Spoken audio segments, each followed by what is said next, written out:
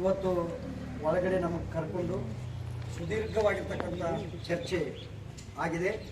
ವಿಶ್ವವಿದ್ಯಾಲಯದ ಪರಿಸ್ಥಿತಿ ಮತ್ತು ಸರ್ಕಾರದ ಒಂದು ನಿರ್ಣಯಗಳು ಯಾವ ಮಟ್ಟದಲ್ಲಿ ಏನೇನು ಕೆಲಸ ಮಾಡಬೇಕು ಅಂತಕ್ಕಂಥದ್ದು ಕೂಲಂಕುಷವಾಗಿ ಚರ್ಚೆ ಆಗಿದೆ.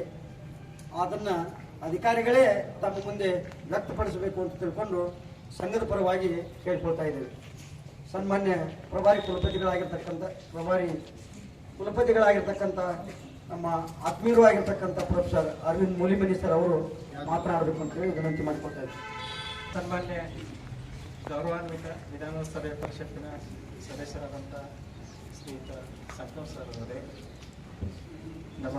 ನಮ್ಮೆಲ್ಲರಿಗೂ ಕರ್ನಾಟಕ ವಿಶ್ವವಿದ್ಯಾಲಯದ ಹಿರಿಮೆ ಬಿಡುವಂಥ ಸಿದ್ಧಾಂತಿ ಅವರೇ, ಇವತ್ತಿನ ನಮ್ಮ ಕುಲಸಚಿವರು ಇನ್ಚಾರ್ಜ್ ಇರ್ತಕ್ಕಂಥ ಅಗಡಿಯವರೇ, ಪದಾಧಿಕಾರಿಗಳೇ ಹಾಗೂ ತಾವೆಲ್ಲರೂ ಇವತ್ತು ಈ ಸಂದರ್ಭದಲ್ಲಿ ಹಾಜರಿರುವುದರಿಂದ ಕೂಲಂಕುಷವಾದ ವಿಷಯವನ್ನು ನಾವು ಚರ್ಚೆ ಮಾಡಿದೆವು. ನ್ಯೂನತೆಗಳನ್ನು ನಾವು ವಿಮರ್ಶಿಸಿದೆವು. ಸರ್ಕಾರ ಭಾಳ ಸ್ಪಷ್ಟ ಇದೆ, ವಿಶ್ವವಿದ್ಯಾಲಯದ ಆರ್ಥಿಕ ಪರಿಸ್ಥಿತಿನೂ ಅಷ್ಟೇ ಕಷ್ಟ ಇದೆ. ಎರಡೂ ನೆಲೆಗಟ್ಟಿನಲ್ಲಿ ನಾವು ಏನು ತೀರ್ಮಾನ ತಗೋಬೇಕು ಅನ್ನೋದೊಂದು ಹಲವಾರು ಸಮಸ್ಯೆಗಳು ಮತ್ತು ಸಲಹೆಗಳು ಎರಡೂನ್ನ ಜೊತೆಗಿಟ್ಟುಕೊಂಡು ನಾಳೆ ಮುಂಬರುವ 27ನೇ ತಾರೀಕು ಮತ್ತು 28ನೇ ತಾರೀಕು ಸಿಂಡಿಕೇಟ್ನಲ್ಲಿ ನಾವು ಒಂದು ನಿರ್ಣಯವನ್ನು ಪಾಸ್ ಮಾಡ್ತಾ ಇದ್ದೀವಿ. ಹಿಂದಿನ ನಿರ್ಣಯದ ಬಗ್ಗೆಗೂ ಕೂಡ ಚರ್ಚೆ ಆಯಿತು.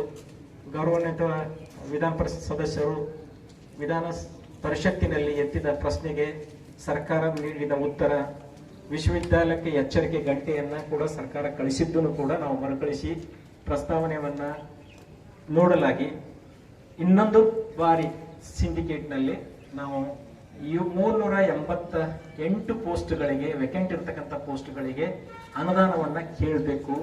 ಆ ಪ್ರಸ್ತಾವನೆಯನ್ನು ನಾವು ಸಿಂಡಿಕೇಟ್ನಲ್ಲಿ ಇಟ್ಟು ಅದನ್ನು ಅಂಗೀಕಾರಗೊಳಿಸಿ ಸರ್ಕಾರಕ್ಕೆ ನಾವು ಪ್ರಸ್ತಾವನೆಯನ್ನು ಕಳಿಸ್ತಾ ಇದ್ದೀವಿ. ಸರ್ಕಾರ ಅದಕ್ಕೆ ಅನುದಾನ ಕೊಟ್ಟರೆ ನಿಮ್ಮೆಲ್ಲ ಸಮಸ್ಯೆಗಳು ಇತ್ಯರ್ಥ ಆಗ್ತಾ ಇದ್ದೇವೆ ಅನ್ನುವ ಬಲವಾದ ನಂಬಿಕೆಯಿಂದ ಇವತ್ತಿನ ಈ ಸಭೆಯಲ್ಲಿ ಎಲ್ಲರೂ ತೀರ್ಮಾನಿಸಿದ ಕಾರಣಕ್ಕಾಗಿ ನಾವು ಈ ಪ್ರಸ್ತಾವನೆಯನ್ನು ಸಲ್ಲಿಸ್ತೀವಿ. ಆ ಪ್ರಸ್ತಾವನೆಯನ್ನು ಕಾಪಿನೂ ಕೂಡ ನಿಮಗೂ ಕೊಡ್ತೀವಿ.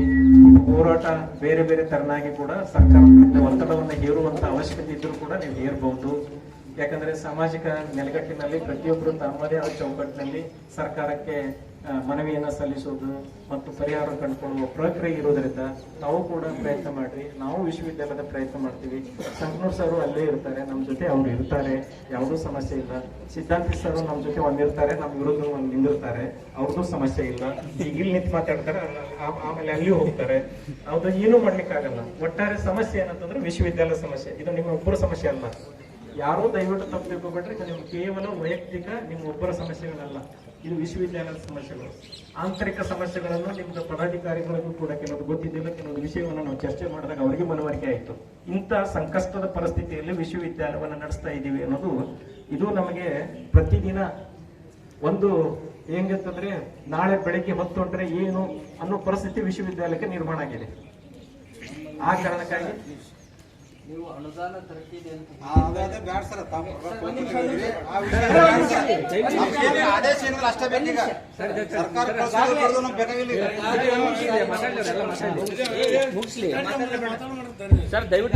ನಾವು ಒಂದು ಸಾರಿ ಮೋಸಕ್ಕೆ ಒಳಗಾಗಿದ್ದೀವಿ. ನೀವು 3 ವರ್ಷ ಆಯ್ತು ಅನುದಾನ ತರ್ತೀನಿ ಅಂತ ಹೇಳಿದ್ರಿ, ಇಲ್ಲಿವರೆಗೂ ತಂದಿಲ್ಲ. ಮತ್ತೆ ನೀವೇನ್ ಹೇಳ್ತಾ ಇದ್ರಿ, ಮತ್ತೆ ನಾವು ಸರ್ಕಾರಕ್ಕೆ ಅನುದಾನ ಕೇಳ್ತೀವಿ, ಬಂದ ಮೇಲೆ ಸರಿ ಮಾಡ್ತೀನಿ ಅಂತೀವಿ. ಸರ್, ಒಂದೇ ಸಾರಿ ಮೋಸ ಹೋಗ್ತಾರೆ ಮನುಷ್ಯ, ಪದೇ ಪದೇ ಹಿಡಿಯುವುದು ಎಚ್ಚರಗೊಳ್ತಾನೆ. ಹೀಗಾಗಿ ನಾವು ಎಚ್ಚರಿಕೆಯಿಂದನೇ ಈಗ ಧರಣಿ ಹಮ್ಮಿಕೊಂಡಿದ್ವಿ. ದಯಮಾಡಿ ನೀವು ಮತ್ತೆ ಮತ್ತೆ ನಮ್ಮನ್ನ ಮೋಸಕ್ಕೆ ಒಳಪಡಿಸ್ಬಿಡ್ರಿ, ಮೂಗಿಗೆ ತುಪ್ಪ ಹೊರಿಸೋ ಕೆಲಸ ಮಾಡ್ಬಿಡ್ರಿ. ದಯವಿಟ್ಟು ನಮ್ದು ನ್ಯಾಯಯುತವಾದ ಬೇಡಿಕೆ ಇದೆ.